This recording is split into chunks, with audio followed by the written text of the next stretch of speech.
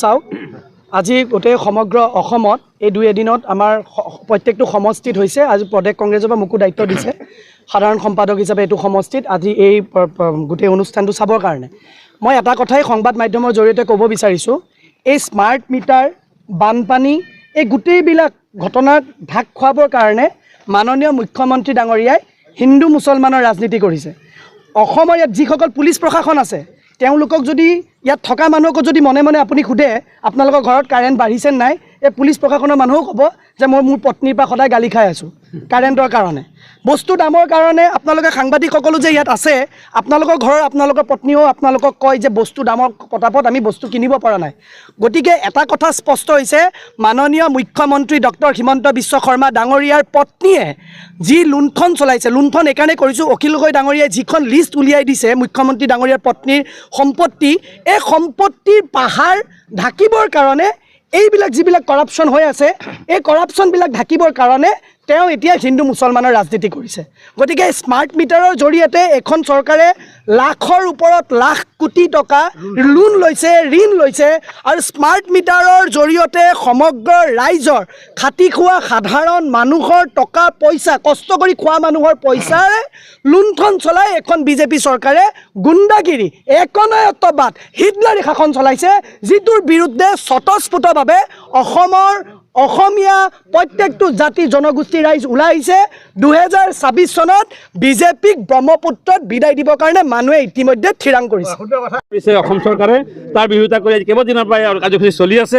আজি আমাৰ বিহালী সমষ্টিৰ বাগমৰা ব্লক কংগ্ৰেছ, বিহালী ব্লক কংগ্ৰেছ, জিলা কংগ্ৰেছৰ সহযোগত সকলো কংগ্ৰেছ কৰ্মী ওলাই সহযোগত আমি স্মাৰ্ট মিটাৰ বন্ধৰ কাৰণে আজি আমি সিদ্ধান্ত দিছিলে আমাক, সেই সিদ্ধান্তত আজি আমি প্ৰতিবাদ কৰিছোঁ। কথা হৈছে কি, স্মাৰ্ট মিটাৰ লগোৱাৰ পিছত আমি জানিব পাৰিছোঁ যিসকল ৰাইজৰ আগতে 500 টকা বিল আহিছিলে, এতিয়া 2000 টকা বিল আহিছে, যাৰ 100 টকা আহিছিলে, 1000 টকা আহিছিলে, তাৰ 3000 টকা আহিছে। এই যে ৰাইজক যে মাধামাৰ ব্যৱস্থা কৰিছে এইখন চৰকাৰে, এই স্মাৰ্ট মিটাৰ লগাই পেলাই আজি লাভ কাৰ হৈছে?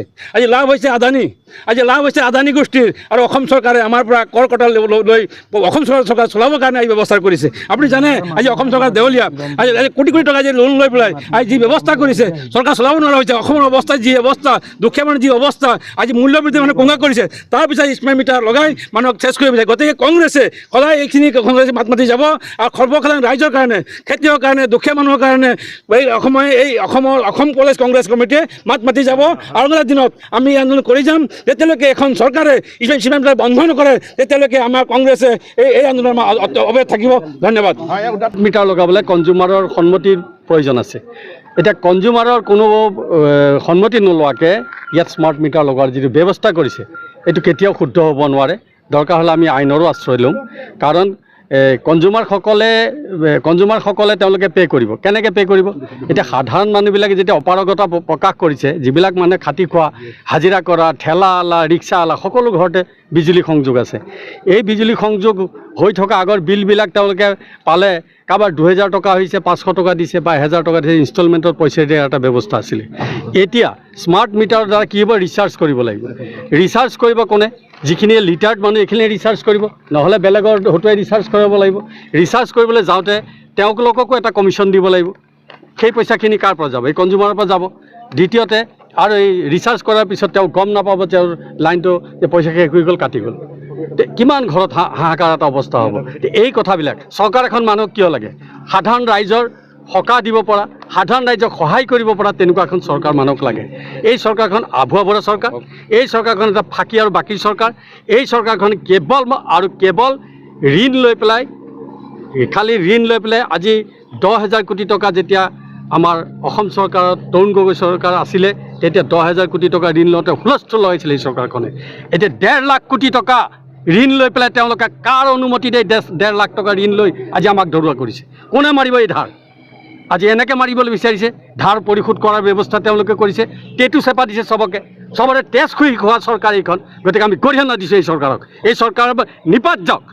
মাননীয় সভাপতি ভূপেন কুমাৰ বৰা ডাঙৰীয়াৰ নিৰ্দেশ মৰ্মে আজি আমি বিহালী ব্লক কংগ্ৰেছত যোৱাকালি পৰহিদিনা আমি বিশ্বনাথ চাৰিআলিত আমি প্ৰতিবাদ কৰিছিলোঁ। আজি যি ধৰণে চৰকাৰে স্মাৰ্ট মিটাৰ লগোৱাৰ ওপৰত গুৰুত্ব দিছে, সেই গুৰুত্বটো এনেকৈ দিব লাগে। মই ভাবোঁ যে আজিতো মুখ্যমন্ত্ৰীৰ পত্নীৰ নামত লাখ লাখ কোটি কোটি টকাৰ কেলেংকাৰীৰ কথা ওলাই আছে সংবাদ মাধ্যমত। প্ৰথম সেইখিনি তদন্ত কৰক, তাৰপিছত স্মাৰ্ট মিটাৰ লগাব অসমৰ মুখ্যমন্ত্ৰীয়ে। আৰু এই স্মাৰ্ট মিটাৰ ভাৰতবৰ্ষৰ বিভিন্ন উন্নত ৰাজ্যখিনিত কিয় আজিলৈকে লগাব পৰা নাই, আৰু অসমৰ নিচিনা ৰাজ্যত কিয় ইমান জোৰ কৰা হৈছে যে ইয়াত স্মাৰ্ট মিটাৰ লগাব লাগে?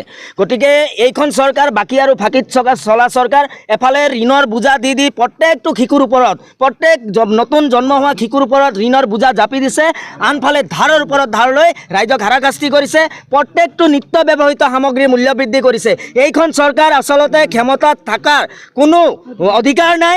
এইখন চৰকাৰৰ এই মুখ্যমন্ত্ৰী সন্মানীয় ডক্টৰ হিমন্ত বিশ্ব শৰ্মা ডাঙৰীয়া, আপুনি অনতিপলমে আপোনাৰ নৈতিক দায়িত্ব স্বীকাৰ কৰি পদত্যাগ কৰক। আমি বিহালী ব্লক কংগ্ৰেছৰ তৰফৰ পৰা আমি দাবী জনাইছোঁ।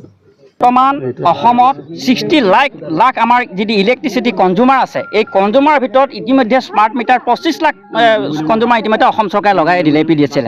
আমাৰ কথাটো হ'ল যে ভাৰত চৰকাৰৰ শক্তি বিভাগে আমাক নিৰ্দেশ দিছিলে ৰাজ্যবিলাকক যে উদ্যোগিক প্ৰতিষ্ঠানবিলাকতহে স্মাৰ্ট মিটাৰ লগাব লাগে। কিন্তু আজি অসমৰ মুখ্যমন্ত্ৰীগৰাকীয়ে কি কৰিছে, সাধাৰণ ৰাইজৰ ওপৰত এই স্মাৰ্ট মিটাৰ স্থাপন কৰিবলৈ ওলাইছে। আৰু আমি জানো APDCLৰ 80% মানুহৰ পৰা 20% ইনকাম হয়, আৰু 20% উদ্যোগিক প্ৰতিষ্ঠানৰ পৰাহে তেওঁলোকৰ 80% ইনকাম হয়। আৰু য'ত তেওঁলোকৰ ইনকামটো কম হয়, সেই মানুহবিলাকৰ ওপৰত তেওঁলোকে স্মাৰ্ট মিটাৰ লগাইছে। দেশকৈ শক্তিমণ্ডলৰ যিটো নিৰ্দেশনা আছিল সেইটো উলংঘা কৰিছে, আৰু উলংঘা কৰি পেলাই অসমৰ ৰাজ্যক বিজেপি চৰকাৰে লুণ্ঠন কৰিবলৈ বিচাৰিছে। তাৰ বাদে একো কৰা নাই। Assam Focus.